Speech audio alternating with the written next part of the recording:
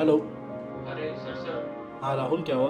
Sir मेरा account hack हो गया, कुछ समझ नहीं आ रहा है। मेरा इंस्टाग्राम फेसबुक के पासवर्ड लीक हो गए।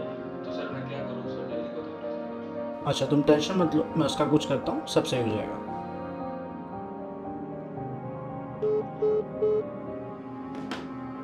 स्टूडेंट्स, आज के इस बढ़ते साइबर क्राइम में ये एक ऐसी कॉमन प्रॉब्लम है जो आप सभी ने फेस करी होगी। International cyber crime gang international cyber racket का पर्दाफाश किया है।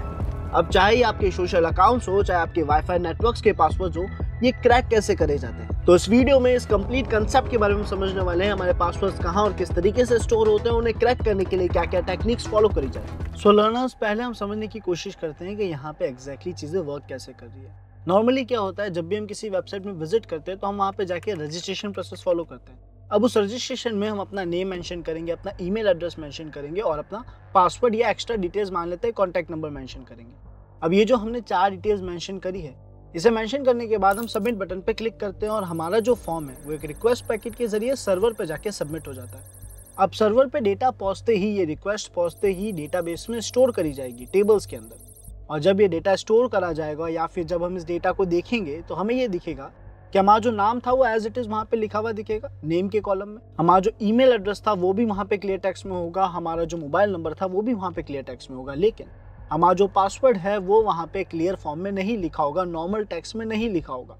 वहाँ पे उस डेटा को इस तरीके से लिखा गया होगा कि कोई भी उसे पढ़ के समझ ना पाए, ताकि हमारा पासवर्ड अगर किसी के हाथ लग भी जाता है तो वो हमारा रियल पासवर्ड ना जान पाए, वहाँ पे लिखे उस डेटा से कोई भी मीनिंग एक्सट्रैक्ट ना कर पाए। और ये ही डेटा सिक्योरिटी टेक्निक की वजह से आप लोगों ने अक्सर देखा होगा कि जब एक हैकर किसी भी वेबसाइट को हैक करता है, अब चाहे वो जोमेटो, गूगल, माइक्रोसॉफ्ट हो, उनका डेटाबेस पूरा का पूरा एक्सेस करके लीक कर देता है मार्केट में, फिर भी उनके क्लाइंट्स सेफ रह पाते हैं काफी हद तक, बिकॉज उनके क्लाइंट्स के पासवर्ड्स लीक नहीं हुए हैं या उनके क्लाइंट्स के पासवर्ड अभी तक क्रैक नहीं करे गए हैं, उन्हें क्लियर टेक्स्ट में कन्वर्ट नहीं करा गया है। तो ये जो हमारे इस पासवर्ड को नॉर्मली डेटाबेस में सिक्योर करा जाता है, इन टेक्निक्स को हम हैशिंग टेक्निक्स कहते हैं। और हैशिंग टेक्निक्स की अगर हम बात करें तो कुछ नाम मैं आप लोगों को बता देता हूँ, जैसे SHA-1, SHA-3, SHA-256, MD4, MD5, MD6, ये सारी या ऐसी ही काफी सारी हैशिंग टेक्निक्स है जो आपके डेटा को इस तरीके से लिख देगी कि कोई भी उनको पढ़ के समझ ना पाए। अब इन डेटा को नॉर्मली हैकर्स ने जब डेटाबेस हैक कर लिया है और लीक कर दिया है मार्केट में, तो क्रैक कैसे करा जाएगा,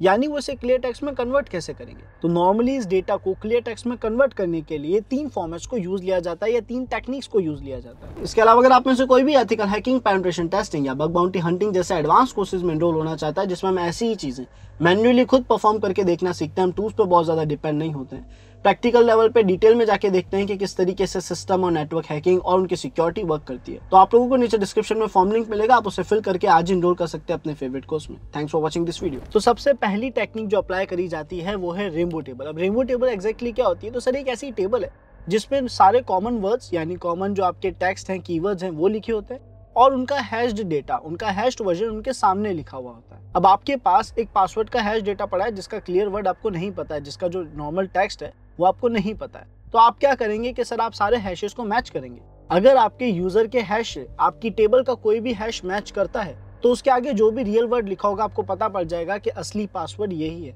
तो यहाँ पे एग्जैक्टली क्या करा जा रहा है, 2 हैशेस को मैच करा जा रहा है और जैसे ही हैश मैच होते हैं उसके आगे जो भी वर्ड लिखा होगा हमें उससे पता पड़ जाएगा कि असली पासवर्ड यही था। तो बेसिकली देखा जाए यहाँ पे रेनबो टेबल और कुछ नहीं, कुछ कॉमन वर्ड्स और उनके हैशेस हैं जिनको हम मैच करके पासवर्ड क्रैक करने की कोशिश करते हैं, जिसके सक्सेस रेशियो बहुत ज्यादा नहीं हो सकते। यहाँ पे डिपेंड करता है कि हमारी वर्ड लिस्ट में वो वर्ड है भी या नहीं। देन इसके बाद जो हमारे पास सेकंड प्रोसेस आता है, सेकंड टेक्निक आती है, वो होता है डिक्शनरी अटैक। एक ऐसा अटैक जिसमें सर हर एक कॉमन वर्ड जो है, कॉमन पासवर्ड जो है वो मेंशन करे जाते हैं। अलग अलग जगहों से हम एक डिक्शनरी क्रिएट भी कर सकते हैं और मार्केट से डाउनलोड भी करके लाते हैं, जिसमें आप देखेंगे कि हमारे पास कॉमन लीक पासवर्ड्स की और कॉमन पासवर्ड्स की एक अच्छी खासी वर्ड लिस्ट है। इसमें बहुत सारे कॉमन पासवर्ड्स लिखे हुए हैं क्लियर टेक्स्ट में। तो हम क्या करते हैं सर, पहले इन टेक्स्ट को उन हैशेस में कन्वर्ट करते हैं, उसके बाद मैच करते हैं।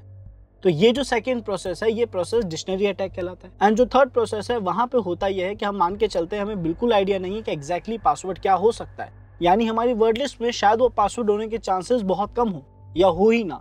तो उस केस में हम एक ऐसी वर्ड लिस्ट बनाते हैं जिसमें हम सारे अल्फाबेट्स, सारे स्पेशल कैरेक्टर्स की कॉम्बिनेशन से बनने वाले एक पर्टिकुलर लेंथ के जितने भी वर्ड्स होते हैं वो क्रिएट करेंगे। तो इसका मतलब अगर मैं मानता हूं कि मेरा पासवर्ड 8 से 10 लेटर्स का था, तो 8 से 10 लेटर्स के जितने भी कॉम्बिनेशंस बन सकते हैं, अल्फाबेट्स, नंबर्स और स्पेशल कैरेक्टर्स के, मैं वो सारे क्रिएट करूंगा। लेकिन जब आप ऐसा करेंगे तो ये जो वर्ड लिस्ट है ये बहुत बड़ी होगी, इसमें काफी ज्यादा वर्ड्स होंगे। एंड जस्ट बिकॉज आपकी इस वर्ड लिस्ट में इतने सारे वर्ड्स हैं तो इस पे जब आप क्रैकिंग अप्लाई करेंगे, यानी इसके जरिए जब आप अपने यूजर के हैश को क्रैक करने की कोशिश करेंगे, उसे क्लियर टेक्स्ट में कन्वर्ट करने की कोशिश करेंगे, तो आपको इस प्रोसेस के सक्सेस मिलने में कई जन्म लग सकते हैं, कई साल लग सकते हैं बेसिकली। क्योंकि यहाँ पे सर हमारी जो वर्ड लिस्ट है वो बहुत ज्यादा बड़ी है, उसके नंबर ऑफ वर्ड्स, उसके नंबर ऑफ कॉम्बिनेशन यहाँ पे बहुत ज्यादा होने वाले हैं। तो ये वो 3 पैटर्न्स है जिसके जरिए एक पासवर्ड को क्रैक करा जाता है। एंड आई बिलीव लर्नर्स आप सभी को ये तीनों पार्ट और ये पूरा प्रोसेस अच्छे से क्लियर हुआ होगा। अब हम यहाँ पे ध्यान ये रखते हैं कि हमारा जो पासवर्ड है, अगर हम नहीं चाहते कि कोई भी उसे क्रैक करे, चाहे वो हमारे सोशल मीडिया का हो, वाईफाई का हो या किसी भी टेक्नोलॉजी का जो हमने पासवर्ड क्रिएट करा है, अगर हम नहीं चाहते हैं कि वो क्रैक हो, तो हम उस पासवर्ड में 2-3 चीजें ध्यान रखेंगे। पहला, वो एक सेंटेंस के फॉर्म में हो, उसमें कुछ स्पेशल कैरेक्टर्स हो, यानी एक ऐसा वर्ड हो जो गैस न करा जा सके, जिसकी लेंथ थोड़ी सी बड़ी हो। जब आप ऐसा पासवर्ड रखेंगे जो एक प्रॉपर मीनिंग नहीं है, एक नॉर्मल सेंटेंस है, स्पेशल कैरेक्टर्स उसमें आ चुके हैं, वो एक अच्छी लेंथ ले रहा है, तो ये वर्ड्स क्रैक करने बहुत ज्यादा डिफिकल्ट हो जाएंगे। सो आई बिलीव लर्नर्स आज का वीडियो आप सभी को पसंद आया होगा। अगर पसंद आया है तो do like, share and subscribe. मिलते हैं नेक्स्ट वीडियो में। Thanks for watching this video.